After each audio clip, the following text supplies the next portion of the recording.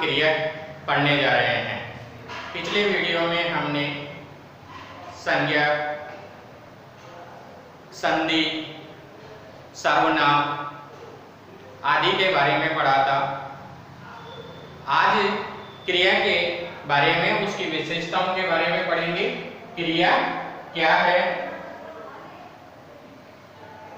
क्रिया होती है किसी काम का करना या होना ही क्रिया कहलाता है। जनरल तौर पर हम देखते हैं कि हर काम में जो आप करते हैं वो सब क्या कहलाता है? क्रिया कहलाता है। आप जो भी काम करते हो, उठना, बैठना, चलना, घूमना, आना जाना, घूमना फिरना, खेलना कूदना, ये सब क्या है? क्रिया ही होती है। अब क्रिया की परिभाषा है तो, लेकिन इससे पहले मैं आपको बताऊंगा क्रिया और क्रिया के भेदों के बारे में। पहला हमारा टॉपिक है क्रिया। क्रिया क्या है, इसकी परिभाषा क्या है? तो देखिए, क्रिया की परिभाषा, जिस शब्द से किसी कार्य के करने या होने का बोध हो उसे क्रिया कहते हैं।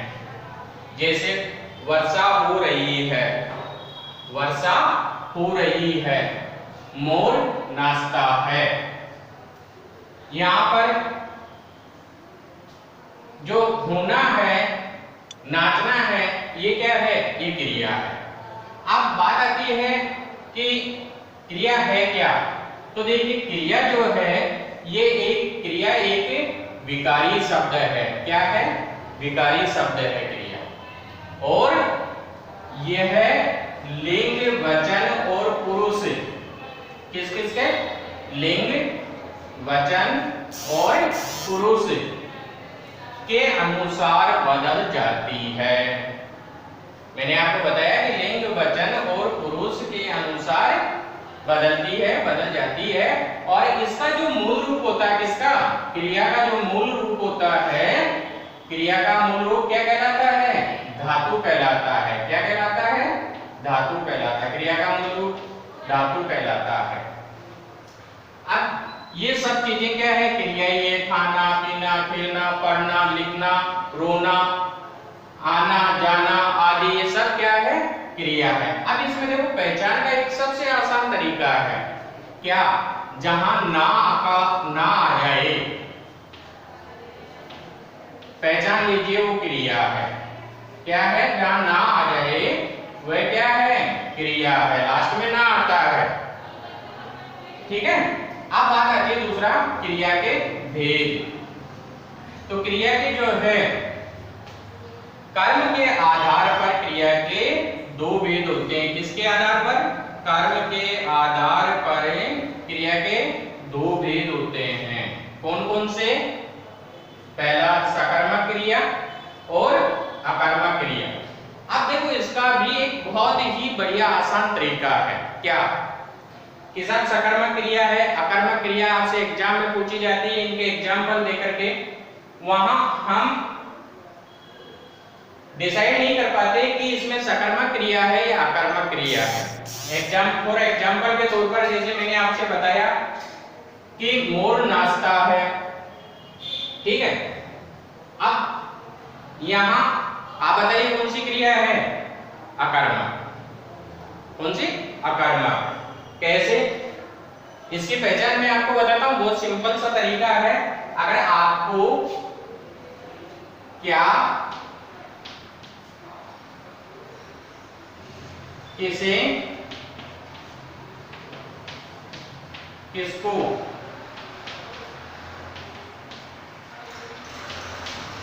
का यदि उत्तर मिल जाता है, क्या? किसे किसको का यदि उत्तर मिल जाता है तो वहां पर सकर्मक क्रिया होती है। और क्या? किसे किसको का यदि उत्तर नहीं मिलता है तो वहां अकर्मक क्रिया होती है।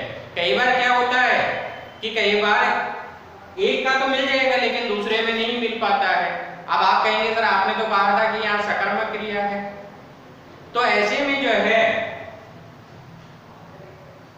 सकर्मक क्रिया के भी और अकर्मक क्रिया के भी भेद होते हैं।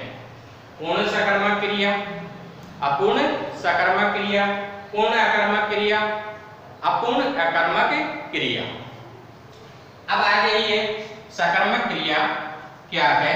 तो सकर्मक क्रिया की परिभाषा है वाक्य में प्रयुक्त क्रिया का फल कर्ता पर न पड़कर किस पर, कर्म पर पड़ता है, तो उसे सकर्मक क्रिया कहते हैं। देखिए नाम से ही पता चल रहा है, यहाँ नाम से ही पता चल रहा है सकर्मक, से मतलब साथ, कर्म मतलब कर्म को लेकर चलने वाली क्रिया, यानी जो क्रिया कर्म को साथ लेकर के चले उसे क्या कहते हैं, सकर्मक क्रिया कहते हैं।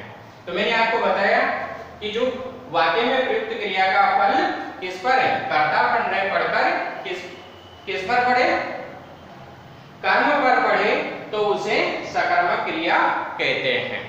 जैसे राम पुस्तक पढ़ता है, राम पुस्तक पढ़ता है, यहां कर्म क्या है, कर्म है पुस्तक, क्या है, पुस्तक, पढ़ना तो क्या है, क्रिया है, और ये क्या है, कर्म। इसी तरह से मजदूर पेड़ काटता है, पेड़ क्या हो गया, उसका कर्म। मोहन ने फल खरीदा, फल क्या हुआ, कर्म, ये क्या है, कर्म है। ठीक है। अब साफ पहचान कैसे करें, मैंने आपसे बताया तरीका कि क्या किसी किस्तों का यदि उत्तर मिले तो वहां सकर्मक क्रिया होती है। मैंने कहा कि राम पुस्तक पढ़ता है। अब मैंने क्वेश्चन किया कि राम क्या पढ़ता है, क्या पढ़ता है, उत्तर क्या मिल रहा है, पुस्तक। राम क्या पढ़ता है, पुस्तक पढ़ता है, तो हमें सीधा सा इसका उत्तर मिल रहा है। किसे पढ़ता है, राम किसे पढ़ता है, पुस्तक को पढ़ता है। ठीक है, किसको पढ़ता है, पुस्तक को पढ़ता है। इसी तरह से मजदूर पेड़ काटता है, मजदूर क्या काटता है, क्या उत्तर मिला, पेड़ काटता है। किसको काटता है, पेड़ को काटता है। मोहन ने क्या खरीदा, मोहन ने फल खरीदा, क्या खरीदा, फल, तो फल क्या हो गया, कर्म हो गया, पेड़ क्या हो गया, कर्म हो गया। इनका उत्तर हमें मिल रहा है। तो देखिए यहां पर जो है सकर्मक क्रिया में क्रिया का प्रभाव कर्म पर पड़ रहा है। किस पर पड़ रहा है, कर्म पर पड़ रहा है। ठीक है।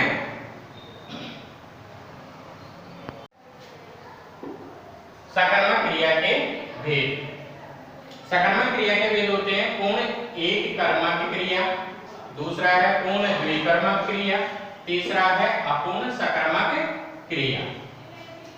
पूर्ण एक कर्मक क्रिया, इसकी परिभाषा है जो क्रिया एक कर्म के साथ जुड़कर पूरा अर्थ प्रदान करती है उसे पूर्ण एक कर्मक क्रिया कहते हैं। यहाँ इन सभी में जो है एक कर्म व्यक्त हो रहा है। इसी तरह से पूर्ण द्विकर्मक क्रिया, जो क्रिया दो कर्मों के, किनके, जो क्रिया दो कर्मों के साथ संयुक्त होने पर, किनके, दो कर्मों के साथ संयुक्त होने पर पूर्ण अर्थ प्रकट करती है उसे पूर्ण द्विकर्मक क्रिया कहते हैं। जैसे नौकर ने मालिक को पानी दिया। अब यह देखिए दो कर्म कैसे, नौकर ने मालिक को पानी दिया, मालिक और पानी। अब मालिक जो शब्द है ये सजीव है, लेकिन पानी निर्जीव शब्द है, लेकिन यहाँ ये दो कर्म जो है काम आ रहे। इसी तरह से राम ने श्याम को पुस्तक दी, तो यहाँ पर श्याम को और पुस्तक दोनों ही क्या है, दो कर्म है। ठीक है। इस प्रकार से आगे तीसरा भेद है इसका अपूर्ण सकर्मक क्रिया, जिस क्रिया में कर्म के होते हुए भी किसी पूरक के बिना, किसके, ध्यान रखिएगा, कर्म के होते हुए भी किसी पूरक के बिना, पूरक के बिना अर्थ अधूरा रहता है उसे अपूर्ण सकर्मक क्रिया कहते हैं। जैसे गीता सीता को मूर्ख समझती है, यहाँ जो मूर्ख शब्द है ये पूरक शब्द है। अगर हमने ये कहे कहा कि गीता सीता को समझती है। अब गीता सीता को क्या समझती है? अच्छा समझती है, बुरा समझती है, मूर्ख समझती है, समझदार समझती है, पागल समझती है, क्या समझती है? वाक्य पूरा नहीं होता। लेकर जाए क्या पूरक शब्द जोड़ दिया जाए।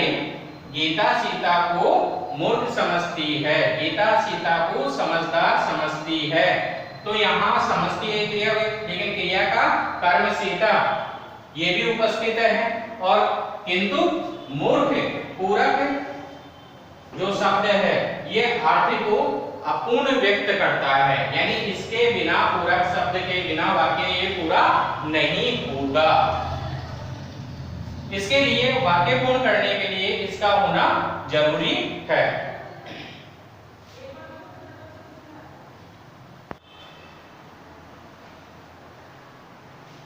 क्रिया का दूसरा भेद अकर्मक क्रिया। सकर्मक क्रिया के बारे में हमने पढ़ा। अब है दूसरा भेद क्रिया का मुख्य अकर्मक क्रिया। वाक्य में प्रयुक्त क्रिया का फल कर्म करने पढ़कर कर्ता पर पड़े तो वहां अकर्मक क्रिया होती है। जैसे राम हंसता है, बच्चा रोता है, सूरज उगा। अब मैंने आपको पहले बताया था कि जहां क्या या किसको का उत्तर मिल जाए, हमने सकर्मक क्रिया में प्रश्न किया था कि क्या, किसे, किसको। तो यहां भी बात वही आती है कि क्या, किसे, किसको का यदि पूरा उत्तर मिले तो वहां सकर्मक क्रिया होती है, और जहां क्या, किसे, किसको का पूरा उत्तर नहीं मिले वहां पर अकर्मक क्रिया होती है। वैसे भी नाम से भी पता चल रहा है कर्मक। मतलब नहीं है, कर्म मतलब कर्म। जिस क्रिया में कर्म नहीं है ऐसी क्रिया क्या कहलाती है? अकर्मक। ठीक है। तो अब यहाँ हमने एग्जाम मॉड्यूल में बताया आपको कि राम हंसता है। मैंने आप प्रश्न किया राम क्या हंसता है, इसका कोई जवाब है? नहीं है। तो जब उत्तर नहीं मिले तो वहां पर अकर्मक क्रिया होती है। इसी तरह से बच्चा रोता है। अब बच्चा क्या रोता है?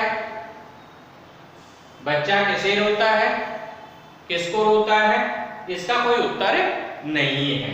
तो जब उत्तर नहीं मिले तो वहां पर अकर्मक क्रिया होगी। इसी तरह से सूरज उगा। सूरज क्या होगा? सूरज किसको होगा, किसे होगा, कोई उत्तर नहीं है।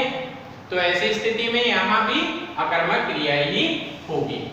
अब ये जो अकर्मक क्रिया है ये क्रिया स्थिरावस्था में, इसमें स्थिरावस्था में होने के कारण कर्म के बिना भी पूर्ण अर्थ प्रकट करती है।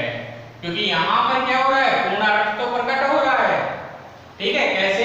भाई बच्चा हंसता है, ये अपने आप में पूरा अर्थ प्रकट कर रहा है वाक्य। इसी तरह से बच्चा रोता है। ठीक है। तो यहाँ क्रिया हो रही है, बच्चा भी है, पूरा अर्थ भी प्रकट हो रहा है। सूरज हुआ, यहाँ पर वाक्य का पूरा अर्थ प्रकट हो रहा, उग रहा है। ठीक है। तो स्थिरावस्था में होने के कारण कर्म के बिना भी ये क्रिया पूरा अर्थ प्रकट करती है। अब आता है क्रिया के अन्य और भेदों के बारे में। सकर्मक और अकर्मक ये तो क्रिया के मुख्य भेद है ही, इसके अलावा भी क्रिया के अन्य भेद है। ठीक है। तो पहला क्रिया के अन्य भेदों में पहला प्रेरणार्थक क्रिया, नाम धातु क्रिया, संयुक्त क्रिया, पूर्णकालिक क्रिया। इसमें हमारी पहली क्रिया है अन्य क्रियाओं में प्रेरणार्थक क्रिया। तो प्रेरणार्थक क्रिया किसे कहते हैं? देखिए, जहां कर्ता द्वारा कार्य किसी अन्य से कराए जाने का बोध हो। कर्ता तो है लेकिन कर्ता द्वारा कार्य किसी अन्य व्यक्ति से कराए जाने का बोध हो रहा है, इसलिए यहाँ पर क्या है? प्रेरणार्थक क्रिया है। क्योंकि कर्ता के द्वारा तो उसे क्या किया जा रहा है? प्रेरित किया जा रहा है। जैसे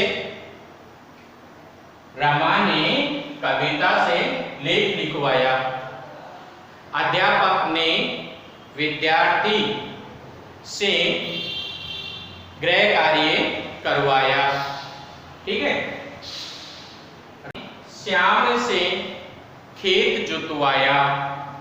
यहां पर लिखवाया, करवाया, जुतवाया इन वाक्यों में प्रेरणार्थक क्रिया है। इसी तरह से दूसरा वेद है क्रिया का नाम धातु क्रिया। तो संज्ञा तथा विशेषण से बनने वाली क्रियाएं क्या कहलाती है? नाम धातु क्रिया कहलाती है। किससे बनने वाली क्रिया? संज्ञा तथा विशेषण से बनने वाली क्रियाएं नाम धातु क्रियाएं कहलाती है। जैसे मिठाई देखते ही मन ललचाना शुरू हो गया।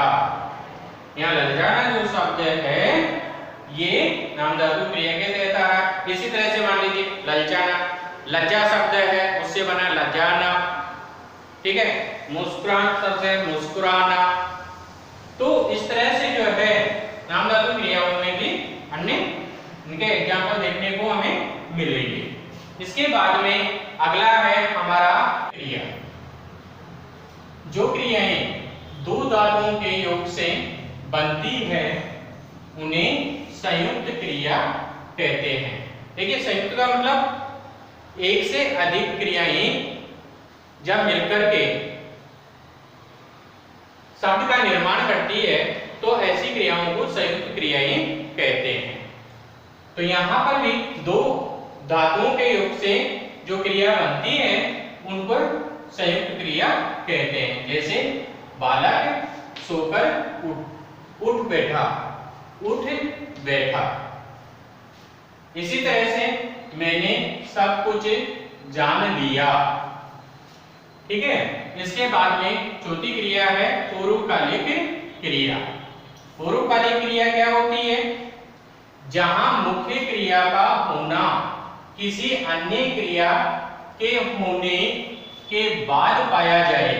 मैंने आपसे कहा कि जहां मुख्य क्रिया का होना किसी अन्य क्रिया के होने के बाद पाया जाए वहां पहले वाली क्रिया को पूर्वकालिक क्रिया कहते हैं।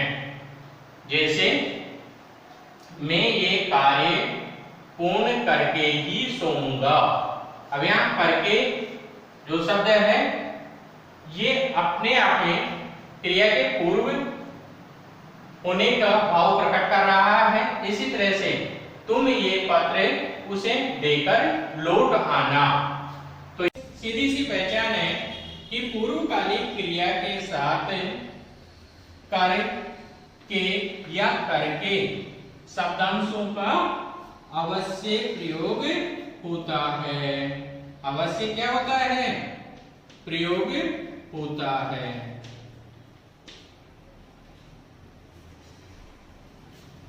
ठीक है, तो ये